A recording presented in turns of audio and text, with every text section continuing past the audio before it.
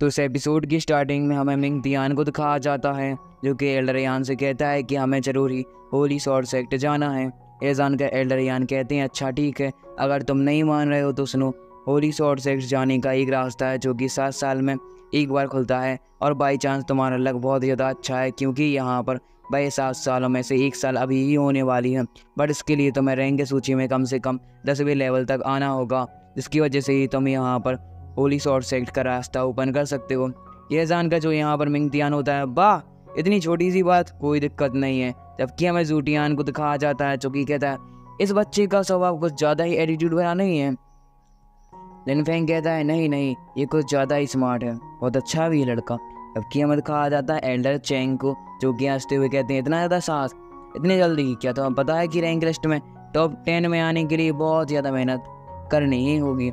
यह जानकर जो यहाँ पर मिंग दियान होता है वह कहता है ये मेरी प्रॉब्लम है, आप तो जल्द से जल्द हमें वहाँ पर लेकर चलिए ही।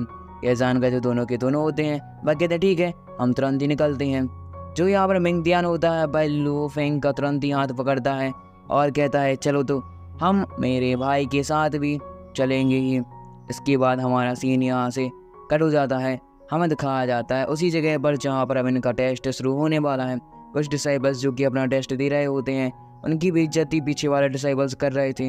भाई कहना शुरू कर देते हैं कि यहाँ पर इतनी ज़्यादा आसानी से कोई भी रैंक लिस्ट में रैंक हासिल नहीं कर सकता। तभी वहाँ पर सारे के सारे लोग भी आ जाते हैं। आते साथ ही डिसाइबल्स एल्डर्स को ग्रीट करते हैं और वह पूछते हैं कैसा चल रहा है।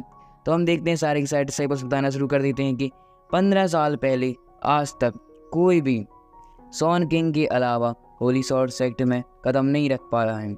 यह जानकर सभी डिसाइबल्स और भी ज़्यादा हैरान हो चुके थे क्योंकि अब तियान सेक्ट में प्रतिभा मतलब जो ब्रिलियंट स्टूडेंट है उनकी तादाद कम हो गई है। तभी हमें मिंग तियान को दिखाया जाता है जो कि कहता है कि मैं सबसे पहले ही ट्राई करूँगा, और मिंग तियान तुरंत ही जाकर उस स्पेशल स्टोन के सामने खड़ा हो जाता है और कहता है देखते हैं आखिरकार मेरी रैंक फर्स्ट आती है या फिर और कितनी। जैसे ही भाई वैसा करता है वह दिखाया जाता है उसकी सोल सी के अंदर ही खतरनाक सी डरावनी शॉट आ चुकी है और इतना ज़्यादा ही पावरफुल सा ब्लास्ट हमें देखने के लिए मिलता है कि क्या ही बता सकते हैं। उस ब्लास्ट को देखकर सभी लोग हैरान हो चुके थे। तभी हमें दिखाया जाता है कि वहाँ पर होली स्वॉर्ड सेक्ट अपीयर हो जाती है, एक खतरनाक सी पावरफुल शॉट, और उसे देखकर जो यहाँ पर होता है लिन फेंग वह कहता है इसके पास तो आइस और फायर दोनों एट्रीब्यूट की पावर है। तभी हमें मिंग दियान को दिखाया जाता है जो कि कहता है कि हाँ तो क्या मैं टॉप 10 में आ गया हूँ। हमें लिन फेंग को दिखाया जाता है जो कि मिंग दियान की तारीफ करता है और थोड़ा बहुत उसको सम्मान भी देता है। जबकि यहाँ पर एक एल्डर अनाउंस कर देता है कि मिंग दियान ने रैंक हासिल की है 6th रैंक। अब मिंग दियान यह जानकर थोड़ा नर्वस भी होता है क्योंकि उसे तो अपनी फर्स्ट रैंक की चाहिए थी, बट यह जानकर बाकी सारे डिसाइबल्स काफ़ी ज़्यादा ही हैरान हो चुके थे।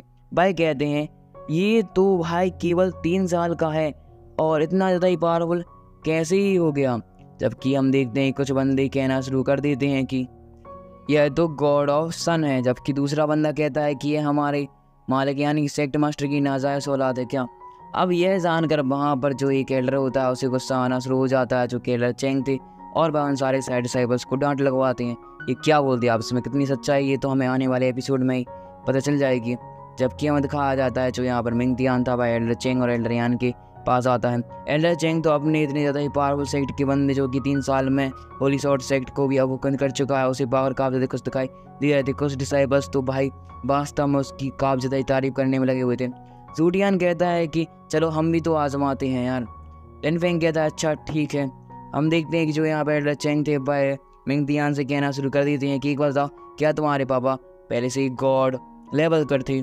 यह जानकर जो यहाँ पर मिंग दियान होता है वह कहता है मैं तो कम ज़्यादा पावरफुल हूँ, मेरे फादर इतने ज़्यादा ही पावरफुल थे कि क्या ही बता सकते हैं। भाई एक महान नायक के रूप में थे और उन्होंने अपने सेक्ट की रक्षा करने के लिए खुद को कुर्बान कर दिया। यह जानकर एल्डर चेंग कहते हैं कि हाँ तुम सही बोल रहे हो। हम देखते हैं मिंग दियान को जो कि लिन फेंग के पास आते हुए कहता है भैया क्या आप इसे टेस्ट को देने के लिए चाह रहे हो। लिन फेंग हाँ जवाब देता है।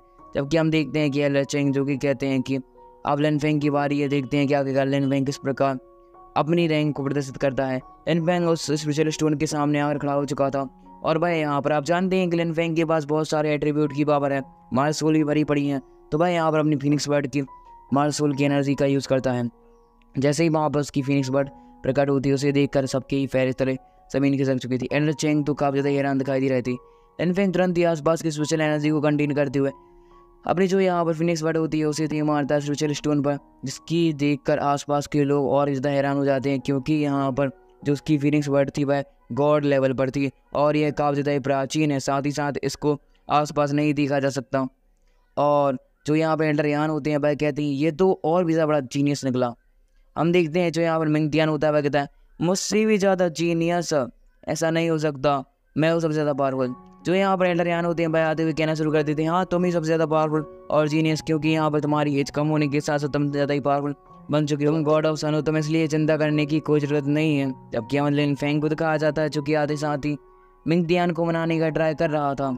सभी के सभी लोग यह जानकर हैरान हो चुके थे कि इन दोनों ने ही पास कर लिया है इस मिशन को, जिसकी वजह से अब ये जा सकते हैं होली स्वॉर्ड सेक्ट में। जबकि कुछ डिसाइबल्स को तो यह हाजिर भी नहीं था, क्योंकि यहाँ पर वह लिन फेंग को बुरा भला बोल रहे होते हैं कि इसने कुछ नहीं किस प्रकार की चीटिंग की होगी, क्योंकि आप जानते हैं लिन फेंग की अदर सेक्ट से आया है और अभी तक उसने तियान सेक्ट के कोर डिसाइबल की उपाधि को हासिल नहीं किया, जो कि मिंग तियान के पास पहले से ही, क्योंकि मिंग तियान एल्डर चेंग को जानता था।